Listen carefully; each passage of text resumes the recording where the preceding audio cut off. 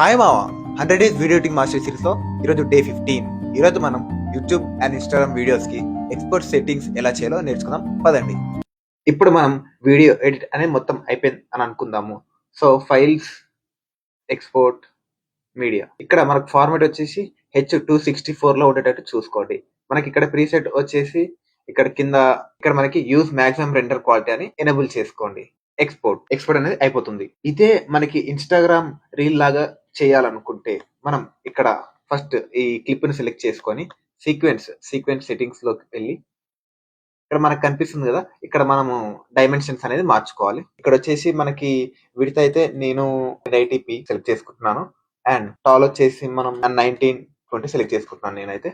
Okay, click చేసుకోండి. మనం చూసుకుంటున్నాం కదా, ఇప్పుడు మనకి ఇన్స్టాగ్రామ్ రీల్ రేషియో లాగా అయితే మనకి ఇది కన్వర్ట్ అయింది. ఇప్పుడు మనం వీడియో ఎడిటింగ్ అయిపోయింది అనుకొని ఎక్స్పోర్ట్ చేద్దాం పదండి. ఇక్కడ మనకి బిట్ రేట్ ఎన్కోడింగ్ అని ఉంది కదా, ఇక్కడ మనం BBR 2% సెలెక్ట్ చేసుకోవాలి. టార్గెట్ బిట్ రేట్ వచ్చేసి 50 అయితే సెలెక్ట్ చేసుకోండి.